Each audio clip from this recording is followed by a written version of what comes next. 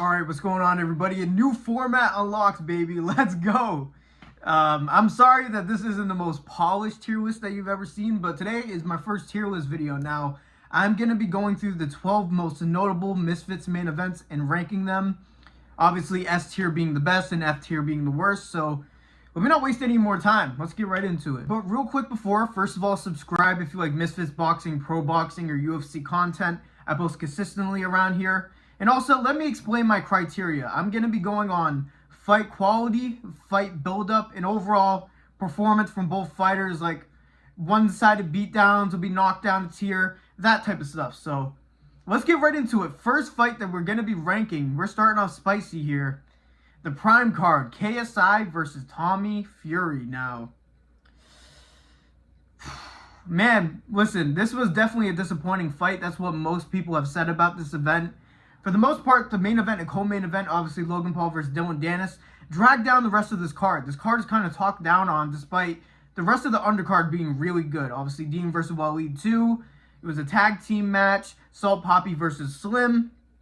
It was a great event overall, but if we're talking about the main event here, it was very disappointing because if we're talking fight build-up, this is one of the best fight builds that we should have had because obviously KSI is really testing himself against Tommy Fury, a guy that beat Jake Paul. So this was a major fight. Everybody thought this was going to connect KSI versus Jake Paul at some point, which still hasn't happened. So that might play into it as well. But I think I'm going to have to be real here. I'm going to have to go C tier because despite all the buildup, John Fury crashing out, Tommy Fury just kind of sitting there, just rage baiting KSI, KSI going full anime character mode per usual. Everybody had a lot of eyes on this fight, and this was the most viewed Misfits event for a reason, because this was a big deal, but the actual fight did not end up performing well. It was close, but Tommy Fury is a decision merchant, so he didn't bring much to the table, and KSI, I gotta say, I think his style was entertaining at points, and he was able to push back Tommy Fury with the right hand in the beginning, and the crowd went crazy. Nothing else really happened besides that. KSI missed a lot of his heavy shots and clinched when he got too close. I understand he needs to do that with his style, but there was more clinching than punching in this fight. There was working inside the clinch, but overall, especially given the expectations, I'm going to have to go C tier here. Wasn't the best fight when we're talking just main events. Next, let's talk about Darren Till versus Anthony Taylor. Obviously, this was supposed to be Darren Till versus Tommy Fury, which was having some good hype, some good build-up, and that would have been a good fight, but Tommy Fury apparently thought he was going to get kicked in the head because Darren Till made a joke. I doubt that's the actual reasoning. He either wasn't ready or didn't want to take the test. I don't know why he signed the fight, but the Furies tend to be a little bit difficult with those type of things. So, Darren Till versus Anthony Taylor. Now, Anthony Taylor came in short notice. He's a company man, and he really saved this event here. Credit to AT. He always steps in when he needs to. I know Misfits loves him. Like I said, he's a company man, but he had to jump up like 2 weight classes, and he put on a bunch of weight. It wasn't natural, and Darren Till was way bigger than him. He had the power advantage. AT tried to make it a fight. He tried to walk Darren Till down.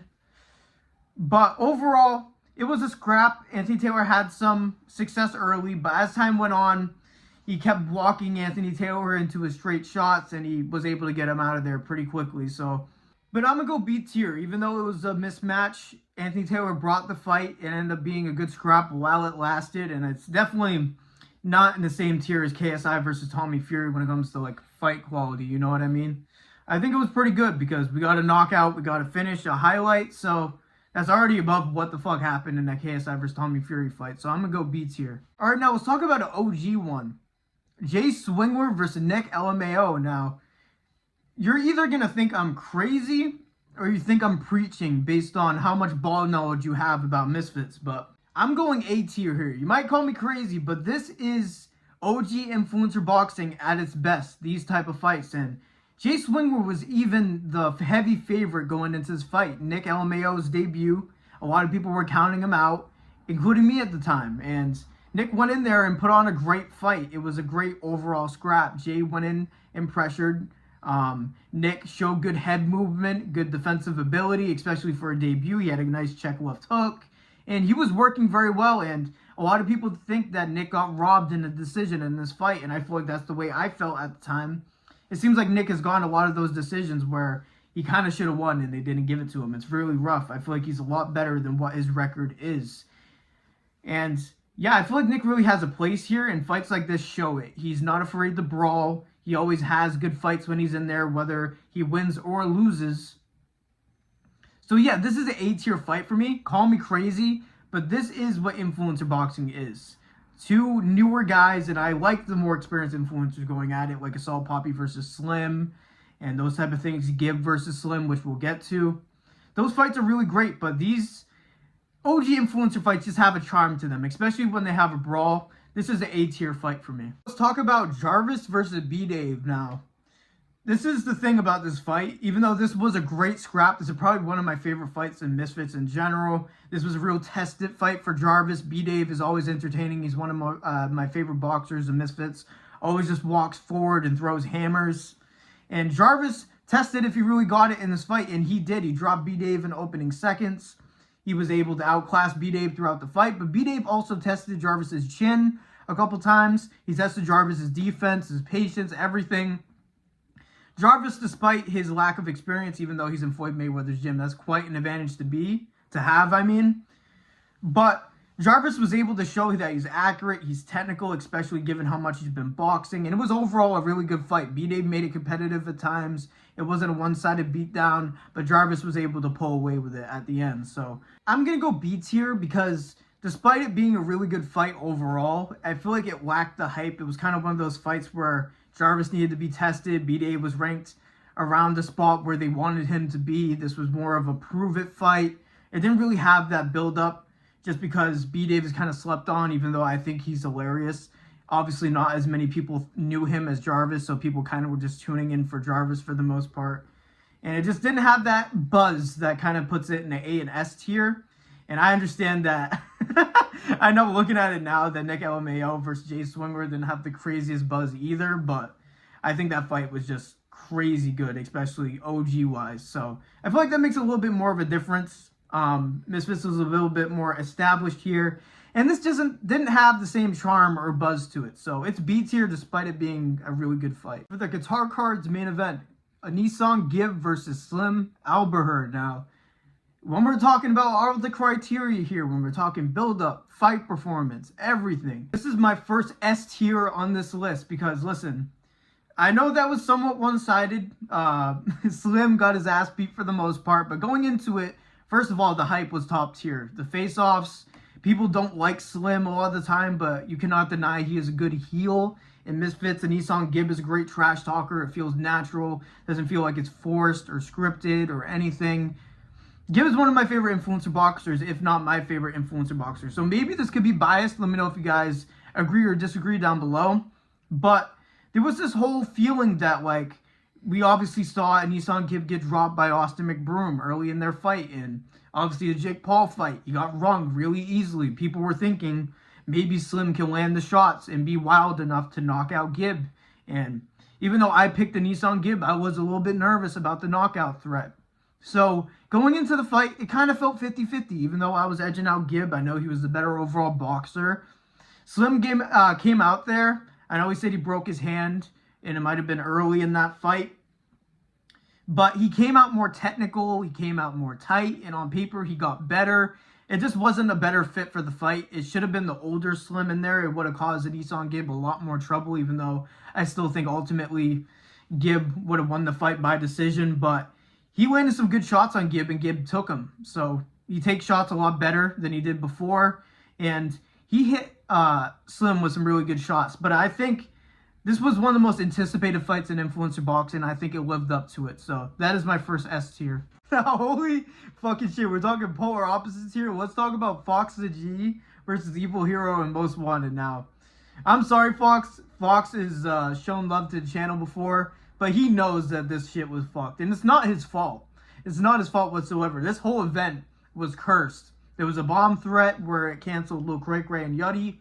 And the fights overall were just not good on this card. There was like one or two. And this one definitely wasn't one of them. And again, it's not Fox's fault. But first of all, one of the two in this 2v1 decided not to walk out. Most Wanted had a panic attack and didn't decide to walk. And I've talked to Most Wanted a few times. He just admits it was a panic attack, and there's nothing you could really do. I understand it, but it's a part of the reason why this is the worst main event in Misfits history. One of the people didn't even show up to it. So, Evil Hero showed up, confident as hell, for sure, and basically instantly folded as soon as he got hit. He was fighting scared. Fox went in there to kill him, and he didn't even get the chance to land anything really flush. He complained about a shot where he thought it was the back of the head, or maybe he was selling it, I don't know. And he gave up, like 30 seconds into the fight. So, absolute banger, folks. So yeah, it's F tier. It's definitely the worst Misfits main event of all time. They've had some events flop, but this event made them not want to go back to America for a long time. It just felt cursed to them, and honestly, I don't blame them. They've gone back to the venue and redeemed it. Like they they lifted the curse, the Tennessee curse, I guess. So yeah, this is the worst main event in Misfits history. Next fight that I have on the list is Darren Till versus Darren Stewart. Now, at the time when this fight was announced, it seemed like a throwaway fight, and it felt like just some build-up fight for Darren Till, but because Darren Stewart came in as a former UFC fighter, not even really known as a striker, didn't have the greatest career. People were writing him off completely, and we thought that Darren Till was just going to smoke him out in the first round, but Darren Stewart came in really skilled for the amount of time he's been boxing. He was really durable. He was pushing Darren Till back into the corner, putting some work on him, and really making Darren Till work more so than Luke Rockhold did and Anthony Taylor. So I'm going to go A tier here because this was a really good fight. It was a competitive fight, and especially given the expectations, I'm definitely going to go A tier here because there were times, again, where Darren Till was getting pushed back and really tested here. And Darren Till won the fight in the final seconds of the last round with a knockdown. So this was competitive to the final bell, literally. And he almost lost that fight to Darren Stewart. I hope they have Darren Stewart back very soon. So this was a great fight and definitely A tier. Now let's talk about Survivor Tag, I guess. Fuck. Alright, so it was B-Dave, Swarms, Nick LMAO, and Ryan Johnston in a 4-way Survivor Tag match. And this shit sucked ass. I'm not going to lie. It was so sloppy. They had no idea how to do the rules. Nick ended up winning this, I'm pretty sure, because he got a knockdown in the final seconds on Ryan Johnston. It was very sloppy. It took them like 5 to 10 minutes to score the fight because they were so confused. There was supposed to be this whole rule where you can't tag in the person that just came out. They literally just kept tagging the people that were in their corners as if it was a tag team match anyways. On some rare occasions, they switched it up, but it ended up being very sloppy. The heavyweight one ended up being a little bit better later on when they tried it with the heavyweights, but I still think they should drop this format. And that D tier is sitting there nice and open, and I think this fits perfectly right into it. There were moments where it was good. It wasn't Fox G versus Evil Hero, Most Wanted bad. That was atrocious. But this fight still sucked, and the format sucks, and I hope they never do it again. I like regular tag team. We all like regular tag team. The Survivor Tag is just inconsistent and just hard to keep track of. They need to drop it. Another certified banger, folks. The first Misfits event's main event. I know it was 2 fights in one night, but technically the main event was KSI versus Pineda. That's that one song.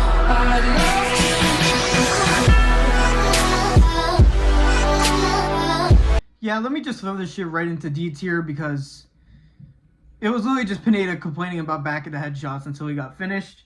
I don't know why they thought Swarms was a good idea. I understand getting Pineda wrong. They just got some pro boxer from Mexico. It just happened to be the guy that complained every single time he got hit. But yeah, this may have been the start of everything. Don't get me wrong. In between these two stinker fights was a great first card, but it was shit. Now let's talk about Danny Aarons versus Danny Simpson, right? Battle of the Dannys. Listen, this was a random one. Obviously, Danny Aarons was rumored to make his debut in influencer boxing. He was really getting hyped up and everything. He is a big name in the UK. And then they got some soccer player, and people were like, what the fuck? And I know that Danny Simpson is known other places, don't get me wrong. But, like in the UK, I mean other places like the UK, like people that care about soccer, whoever the fuck those people are. You know what? I'm going to give it C tier. Even though the hype wasn't really there, despite the fact that Danny Aarons was fighting. They were mostly respectful. There wasn't much beef. They were really hyping up Danny Aarons, and he did not look great, but Danny Simpson didn't look either. But they went in there and scrapped. it was a pretty good fight overall. It was entertaining. It wasn't like a boring fight. It was competitive. And I think it ended up being a draw, if I'm not mistaken, right? And they didn't end up running it back. Danny Aaron's had a kid. He said he might get back into it after he had a kid, but if he's not been training since he had a kid, he probably shouldn't. You know what I'm saying? So it wasn't the best event. It wasn't the best main event. It wasn't the best build-up, but it was a pretty good scrap, so I'll give it a benefit of doubt and give it C tier. Ooh, now this is an interesting one. I wonder what people think about this and where they would rank this fight personally or along the Misfits fan base. I'm actually very curious out of all the events where you guys would rank this main event, because counting the build-up, Joe Fournier was doing a pretty good job. He was ultra confident, basically full on denying that KSI even had a chance to beat him, and he had this swagger to him, I guess this rich man act that's cringe at points, but he's a fairly established boxer, especially compared to like Pineda and the other fighters that KSI has fought, and way more than Temper. You know what I mean? This was supposed to be a prove-it fight, and to be fair, obviously we know how it ended with the elbow and everything.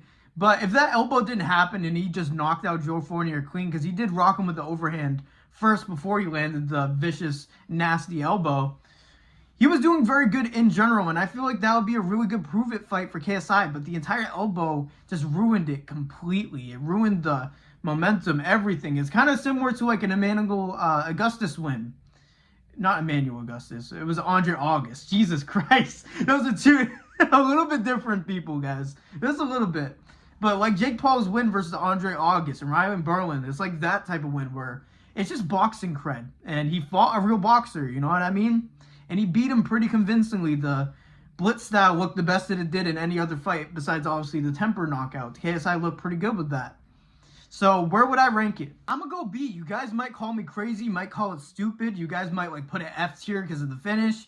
But I feel like Joe Fournier was really good building up this fight. He had good trash talk. And again, this would have been a really good trademark performance for KSI if he got him out of there normally. And I think I would have put this at A tier if that was the case. But obviously, the elbow ruined it. The reaction to the elbow where they were trying to deny it happened, like people didn't have their own two eyes to see what happened, that was a major L. And it ruined, again, all the momentum that they would have gained from that. Who knows where KSI would have been if they actually gave him the credit for that fight.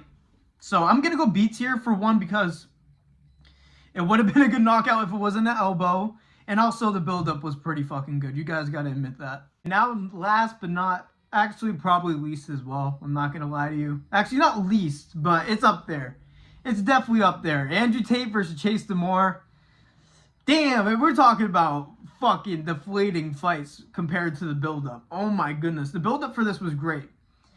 Chase was actually doing good in the exchanges with Andrew Tate in the back and forth. He wasn't completely shelling up and not completely letting Andrew roll over him when it came to the back and forth with the promotion. And Andrew Tate was ultra confident. It's kind of the same thing with Joe Fournier. It's like, I'm too experienced for this guy. There's no chance he wins.